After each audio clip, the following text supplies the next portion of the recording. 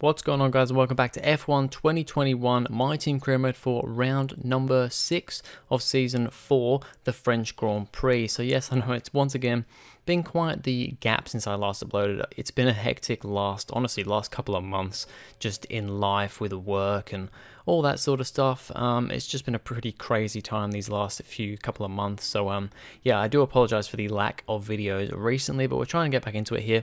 Now, as you can see, Ferrari have actually overtaken us as the quickest car because we don't have all the powertrain kind of upgrades because of, you know, we changed our powertrain. I think we're actually running a Ferrari engine, or it might be a Mercedes this season, I can't remember.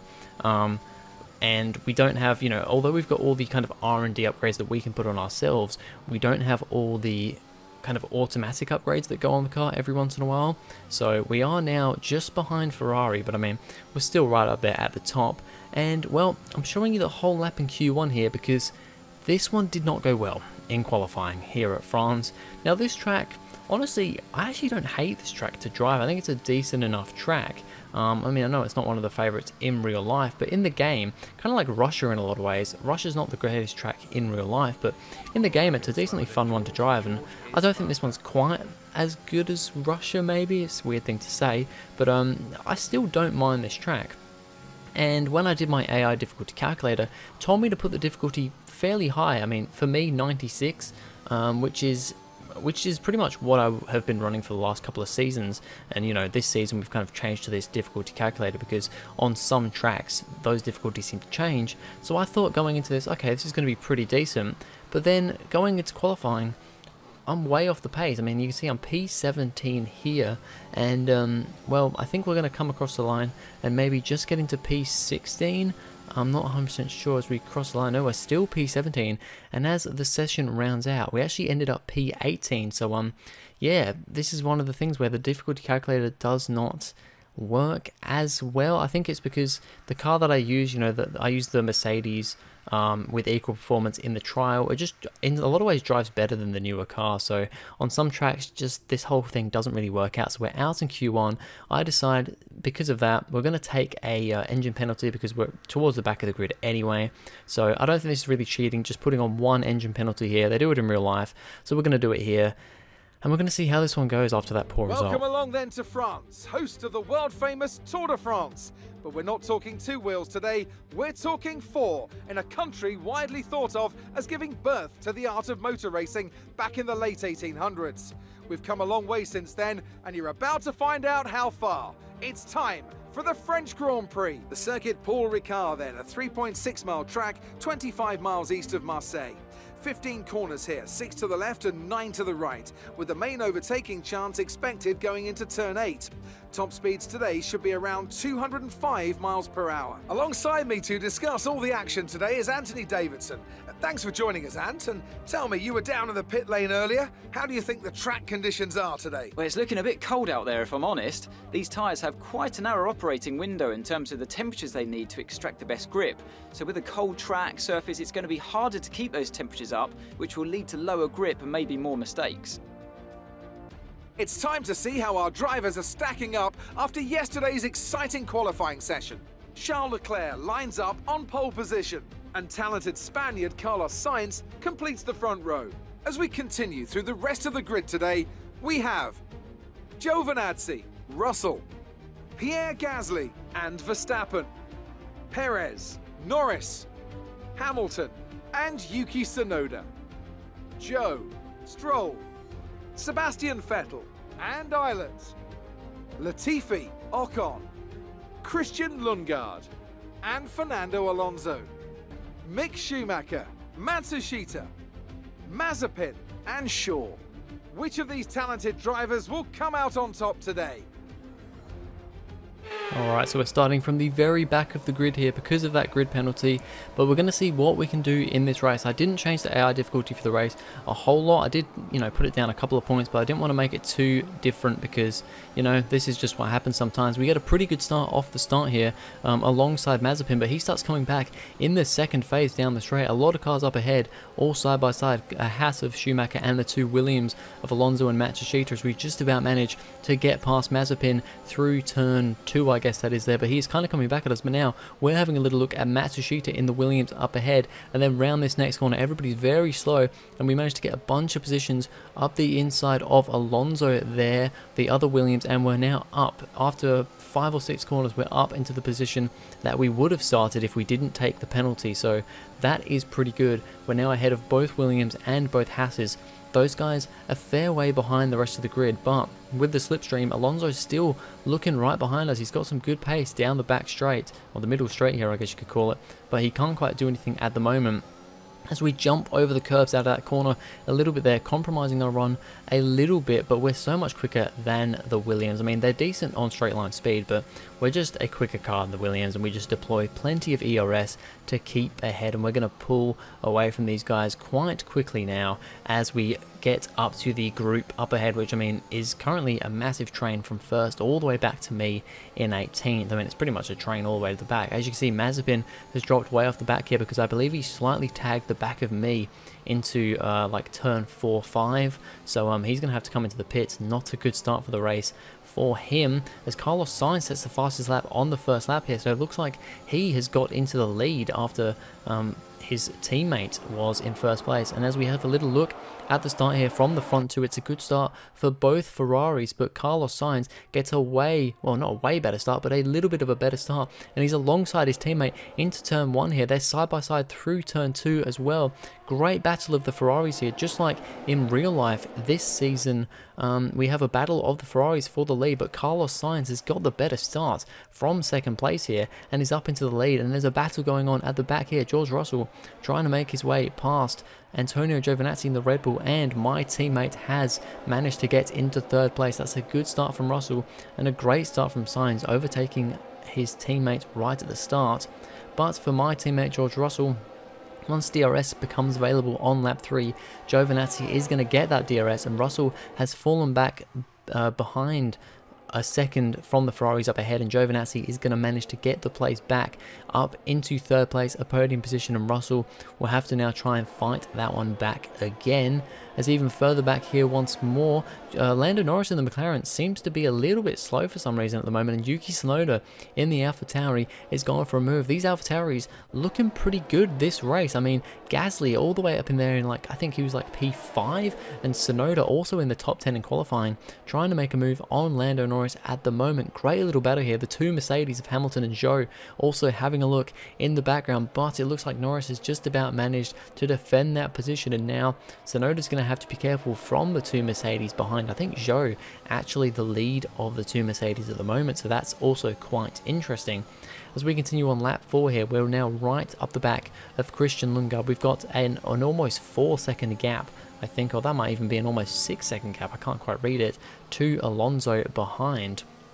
And now we're going for a dive into the final corner up the inside on Christian Lundgaard. Just was right up the back of him and made that move stick, and we've got the DRS as well, so that is good news for us. Past one Alpine, and now we're going to go try and chase down the other Alpine of Esteban Ocon. These cars massively fallen from grace since a couple of seasons ago when they were actually fighting for podiums. As we now have a look once again at the battle for the lead, Leclerc going for a move back on his teammate again. He was overtaken at the start from pole position, but now he's going to try and get past his teammate. But these two are going, I mean, Carlos Sainz are not going down without a fight here. An awesome battle between the two Ferrari drivers. Great to see these two fighting at the front.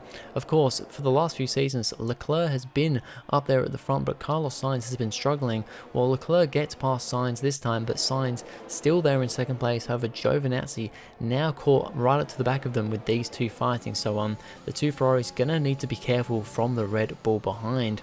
As we now catch right up to the back of Esteban Ocon, we can't quite go for the move that we did on his teammate, but we're right behind him, and we've got the DRS. He doesn't have DRS coming onto the front straight here, and it's going to be a pretty easy overtake to the outside into turn 1 here, and we get the position on the Frenchman. Great little overtake there. We're now up into P16, bit of a gap ahead to the two Alfa Romeos and the rest of the pack ahead now. But we're just kind of got to put our foot down and get some good laps in here to catch up. As you can see, Norris kind of holding up this group. Must be some kind of issue. But then we have a little bit of a slide out of that corner there. That's going to massively compromise us onto the middle back straight here, whatever you want to call it. And of course, we don't have DRS, but Ocon has managed to catch that gap back up again here. And he's got DRS, and he's going to try and get a move back done on us after we overtook him. He's to the outside. We're going to brake late. He just about gets past us, but then we're just going to hug him to the inside and try and go round the outside. We've got the inside for the next corner, and we just about managed to defend that position, but that was quite a scary moment there. We just had a bit of a twitch out of one of those corners coming onto the back straight, and yeah, that let Ocon get up alongside us, but we continue on and then start pulling a big gap to the Alpines behind and just trying to rein in on the Alfa Romeos, but that isn't quite happening. Those guys have got DRS. I mean, the Alfa Romeo's got DRS of each other. They've then got, you know, DRS from, I think it's an Aston Martin, and looks like one of the Mercedes up ahead there. So, yeah, those guys in a bit of a DRS train, but not helping them for overtaking, but it's helping them to pull away from us, because although we're a little bit quicker through the corners than some of these guys, we just can't catch up, and they're getting away from us on the straights with that DRS advantage. So yeah, we're actually dropping back a little bit here. Even though we're setting personal best lap times, we are losing a couple of tenths a lap to the Alfa Romeos up ahead, so that's not looking good for us. Charles Leclerc has made his first pit stop. He'll be on a 2-stop, I would imagine, here, and he's now coming to get past us. We don't put up much of a fight because Leclerc is not our battle this race. We don't want to. I mean, we can hopefully get a decent enough points finish without battling these guys. Same goes for Giovinazzi. Get a little bit caught going into turn 1 there, but we're going to let him and Sainz pass. As you can see, Giovinazzi has managed to get past Sainz, I presume, in the pit stop phase. So now it's Ferrari 1-3 with a Red Bull in between them. Lap number 13 then, we're going to come in for our one and only pit stop onto a set of hard tyres. Now, we've had it a couple of times this season and in previous seasons where we haven't got through to Q3, and in some ways that's actually helped us out with the strategy, because at a lot of tracks, the 2-stop isn't really the way to go, especially for the AI when they can't make the move stick. We've seen it with our teammate George Russell quite a few times this season. So yes, we were out in Q1 this time, not even Q2, but Q1. But being on the hard tyres, you know, doing a 1-stop might not be the worst thing. We could still get some points, some decent enough points from this. As we now have a look at that battle for second place, Carlos Sainz going for the move on Giovinazzi. They're alongside, they're having a great little battle here. Some awesome racing from the front of the pack here. Leclerc starting to stretch his legs at the front a little bit, but these two still battling for second place. But Giovinazzi's not going to give this place up easily. Sainz, though, up the inside there, side by side through this whole section, but the Ferrari manages to get it, and it's once again a 1-2 for Ferrari. Let's see if they can keep this, because there will still be another pit stop for those guys. Speaking of other pit stops, that is Max Verstappen coming in for his final pit stop, I believe, and he is just ahead of us right there. Comes out of the pits just ahead, so he doesn't have to worry about us. He's now got a bit of a train of cars up ahead to catch up to. We're now going to approach the back marker of Nikita Mazepin, but Pierre Gasly, previous French Grand Prix winner from Season 2, last time we raced here, is out of the session with a mechanical failure. Awful news for the French driver as well. Of course, his home Grand Prix, and he kind of crazily won here 2 seasons ago when we were last here, so not good for Pierre Gasly, that's for sure, especially running up in P5 as well. He was doing a great job in that car, which is just kind of a midfield car towards the back of the midfield as well. As we've now caught up to the back of Latifi in the Alfa Romeo, we've got the DRS, we've got the ERS, and we're going for a move. He goes defensive into this corner, but we've got plenty of speed and we can brake later and just get that move done, and shouldn't be too much of an issue with Latifi here. He does seem to be the weaker of the 2 Alfa Romeo drivers. As we have a look here, lap number 22 at, well, I think it's 22 going on to 23 with Carlos Sainz once again. Now, he has managed to keep ahead of Giovinazzi, it looks like, on the pit stop phase, but now he's got some of the 1-stoppers to get through, and I believe that was Lance Stroll in the Aston Martin overtaking there to get himself up into P3. It is currently Sebastian Vettel in the other Aston Martin in P2 in a podium position, so awesome stuff. I mean, Aston Martin currently running P2 and P4, so they're looking pretty good for this race, even if they do get overtaken by Sainz. As now we're right up behind Verstappen because we've kind of caught him because he's got stuck in a DRS train with Ilott, with I believe that's Giovinazzi, Sainz, the two Aston Martins. So although Verstappen in the McLaren should be quite a bit quicker, he is stuck in a little bit of a DRS train right here, and we've managed to catch right up to the back of him. I'm not 100% sure if Ilott's got DRS on the Red Bull at the moment, but I believe he does because Verstappen still can't do anything to the Alfa Romeo driver. So he's gonna have to try and pull something out of the bag here, as we now look at Carlos Sainz once again going for the move on Sebastian Vettel on the second to last lap for P2 to make it to Ferrari 1-2, and he's done it. It is now once again a Ferrari 1-2 with Leclerc kind of a long way ahead in the lead now. He's made quite the gap, just got lucky and had the pace this time around, and we are looking for a move now on Callum Ilott for P7 on the second to last lap of the Grand Prix here. We're right behind him, can't quite do anything into turn 1, but we're going to keep here. Verstappen managed to get past, and he's now going off in the distance to catch up to Lance Stroll because Giovinazzi and Sainz both got past him now, so he is out of a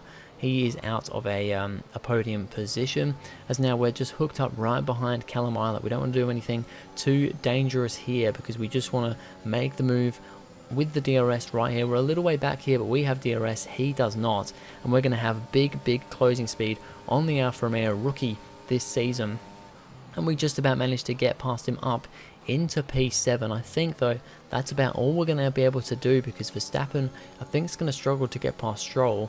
And Stroll is a good 2 seconds and a bit up the road now. So as Charles Leclerc sets the fastest lap on the Grand Prix on the last lap, he wins the French Grand Prix. It is the 5th winner, the 5th different winner in 6 races this season. So awesome to see different winners, different drivers winning, and different teams as well, because it's Ferrari's first win of the season as well. We're going to come through in P7. That's a pretty great result.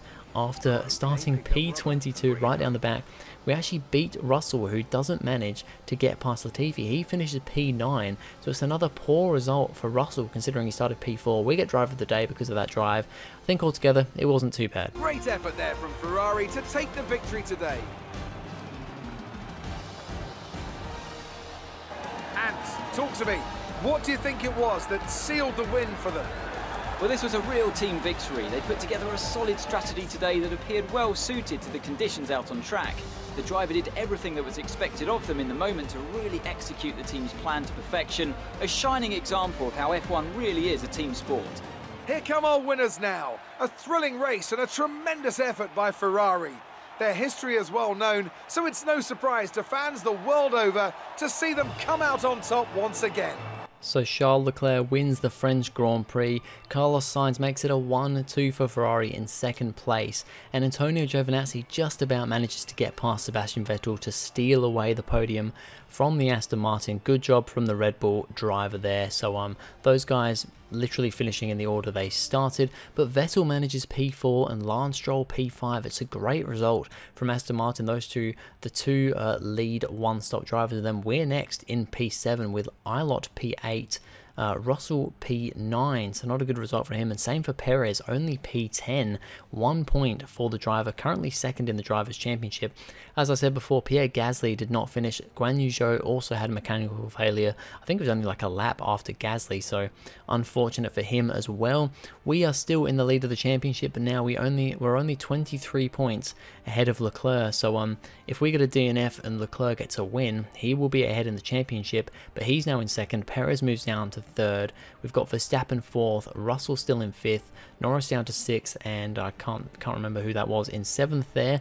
And as we just look down the order, not a whole lot different changes here, but Ilott overtakes his teammate Latifi in the standings. And then in the constructors standings, we're still in the lead of the constructors, but Ferrari now jump up to second. They move McLaren to third and Red Bull to fourth.